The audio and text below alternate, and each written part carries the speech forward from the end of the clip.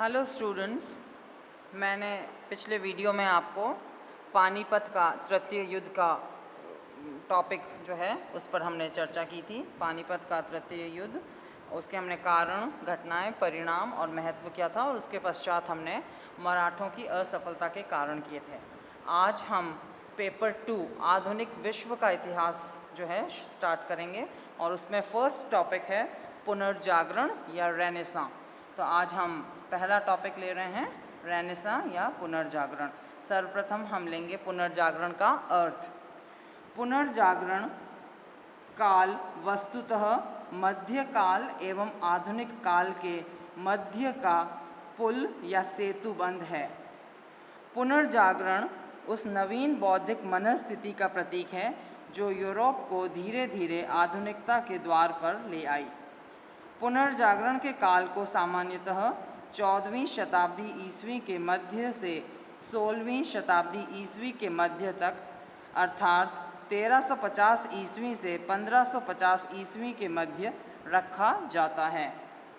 शाब्दिक दृष्टि से पुनर्जागरण का अर्थ है किसी पुरानी सुप्त ऐतिहासिक वस्तु का पुनः जाग जाना।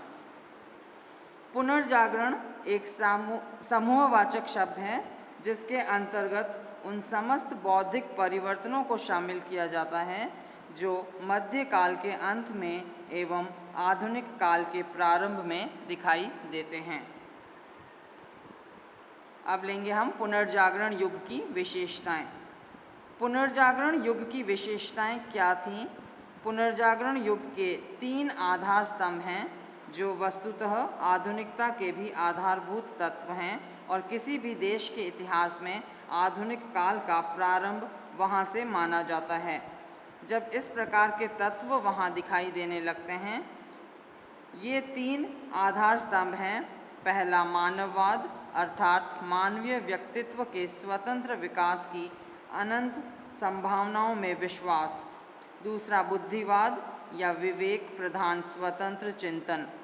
एवं तीसरा है वैज्ञानिक मनस्थिति, अर्थात बिना सिद्धि या प्रमाण के भौतिक विश्व के किसी भी कार्य कारण संबंध को स्वीकार न करना।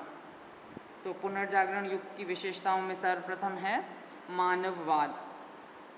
पुनर्जागरण का एक मुख्य विशेषक तत्व मानववाद है। मानववाद मध्यकाल की धर्म केंद्रित एवं परलोकवादी मनस्थिति, जो व्यक्ति को अपने प्रत्यक्ष वास्तविक जीवन के प्रति उदासीन कर रही थी, के प्रति मानव का एक स्वाभाविक विद्रोह था। दूसरे शब्दों में यह मध्यकालीन जड़ता के प्रति मानव की सहज जीवंत चेतना का विद्रोह था। मानववाद ने व्यक्ति की जिजीविषा को जागृत किया और उसके कर्मों एवं चिंतन को वर्तमान जीवन के लौकिक एवं भौतिक उत्कर्ष पर केंद्रित किया। दूसरा है बुद्धिवाद। मध्यकालीन में धर्म का ऐसा आतंक था कि चर्च एवं पादरियों के प्रति लोगों को अटूट श्रद्धा रखनी पड़ती थी। उनके द्वारा प्रतिपादित जीवन शैली को ही लोगों को सत्य मानना पड़ता था, भले ही वह जीवन को शुष्क एवं नीरस बना दें। पुनर्जागरण युग में अनेक विचारकों ने श्रद्धा एवं विश्वास की विमूढ़कारी प्रवृत्तियों का विरोध किया, और यह विचार प्रस्तुत किया कि किसी भी बात को स्वीकारने से पहले मनुष्य को अपनी बुद्धि या विवेक के प्रयोग से उसका परीक्षण कर लेना चाहिए। बुद्धिवाद का उत्कर्ष पुनर्जागरण युग की एक महत्वपूर्ण विशेषता है। बुद्धिवाद के प्रवर्तकों में टॉमस एक्विनास एवं रॉजर बेकन के नाम उल्लेखनीय हैं। तीसरी विशेषता है वैज्ञानिक मनस्थिति। मानववादी एवं बुद्धिवादी चेतना ने पुनर्जागरण युग में वैज्ञानिक मनस्थिति के आविर्भाव में योगदान दिया। वैज्ञानिक मनस्थिति का अर्थ है भौतिक विश्व, जिसमें मनुष्य का शरीर भी शामिल है, कि किसी भी नियम को प्रेक्षण एवं प्रयोग के सिद्ध होने पर ही सत्य स्वीकार करना। वैज्ञानिक चेतना के प्रवर्तकों में फ्रांसिस बेकन का नाम उल्लेखनीय है। वैज्ञानिक चेतना के विकास के कारण पुनर्जागरण युग में विज्ञान के क्षेत्र में बड़ी उल्लेखनीय प्रगति हुई। अगली विशेषता है आधारभूत आर्थिक परिवर्तन, सामंतवाद का ह्रास।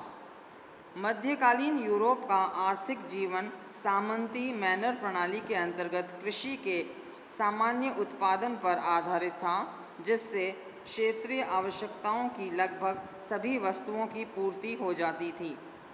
वस्तु विनिमय का प्रचलन था एवं व्यापार बहुत कम था। पुनर्जागरण काल में इस स्थिति में एक आधारभूत परिवर्तन हुआ। यूरोप में व्यापारिक समृद्धि, उद्योग धंधों के विकास एवं मुद्राओं के प्रचलन ने मैनोरियल सामंती अर्थव्यवस्था एवं दास प्रथा की जड़ें हिला दी। लोग इन सीमित बंदी गृहों से बाहर निकलकर खुली हवा में सांस लेने लगे। अगली विशेषता है आधारभूत सामाजिक परिवर्तन, कस्बों एवं नगरों का उदय। यूरोप में व्यापारिक एवं वाणिज्यिक प्रगति के कारण बड़े कस्बों एवं नगरों का उदय हुआ, जो सामाजिक जीवन के नवीन केंद्र बन गए। अब सामाजिक हलचल का केंद्र मैनर यानी कृषि या कार्य या सामंत का किला था। बिशप का महल नहीं रहा। पुनर्जागरण का काल नगरों एवं नगरीय जीवन का काल था। इन नगरों ने पुनर्जागरण युग के लेखकों एवं कलाकारों को संरक्षण प्रदान किया। अगली विशेषता है पुनर्जागरण की आधारभूत राजनीतिक परिवर्तन, बड़े राज्यों का उदय।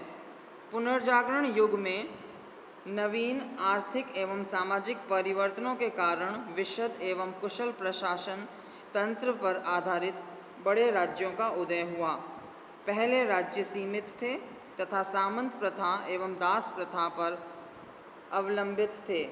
पुनर्जागरण युग में राज्यत्व की नवीन अवधारणाओं का विकास हुआ। अगली विशेषता है आधारभूत सांस्कृतिक परिवर्तन, मानववादी कला एवं साहित्य। पुनर्जागरण युग अपूर्व सांस्कृतिक हलचल का युग था। इस काल की सांस्कृतिक गतिविधियों में पुनर्जागरण की आंतरिक भावना का बड़ा सशक्त एवं प्रभावशाली प्रस्तुतिकरण हुआ।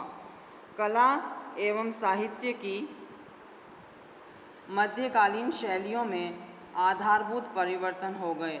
मानववाद की भावना से ओतप्रोत साहित्यिक एवं कलात्मक कृतियों का विपुल सृजन हुआ, जिनमें जीवन के सहज नैसर्गिक सौंदर्य एवं उल्लास की अभिव्यक्ति हुई। तो ये थे पुनर्जागरण युग के मुख्य विशेषताएं। अब अगले वीडियो में मैं आपको पुनर्जागरण के कारण बताऊंगी।